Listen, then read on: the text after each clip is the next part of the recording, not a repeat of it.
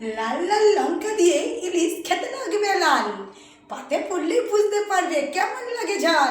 ইলিশ মাছের তো অনেক রকম রেসিপি খেয়েছেন, কিন্তু একবার এইভাবে ইলিশ মাছটা বানিয়ে দেখুন, তাহলেই বুঝবেন কেমন স্বাদের হয় এই রান্না। মাছটিকে প্রথমে কেটে বেছে পরিষ্কার করে ধুয়ে নিয়ে শিলে এক এক করে সাদা সর্ষে, রসুন, পেঁয়াজ এবং কাঁচা লঙ্কা বেটে নেব।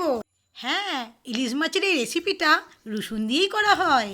ধুয়ে রাখা মাছে নুন, হলুদ, পেঁয়াজ বাটা, লঙ্কা বাটা, লেবুর রস আর তেল দিয়ে ভালো করে ম্যারিনেট করে 30 মিনিটের জন্য রেখে দিয়ে গ্যাস জ্বালিয়ে কড়া বসিয়ে কড়াতে তেল দিয়ে কালো জিরে ফোড়ন দিয়ে রসুন বাটা দিয়ে ভেজে মশলা মাখানো মাছগুলো কড়াতে দিয়ে থালার মশলা ধোয়া জলটা দিয়ে একটা লাল কাঁচা লঙ্কা দিয়ে চাপা দিয়ে দেবো। 15 মিনিট পরে চাপাটা খুলে বেটে রাখা সাদা সর্ষেতে নুন আর জল দিয়ে গুলে কড়াতে দিয়ে কাঁচা সর্ষের তেল ছড়িয়ে নামিয়ে নিলেই রেডি ভিন্ন স্বাদের এই ইলিশ রেসিপি।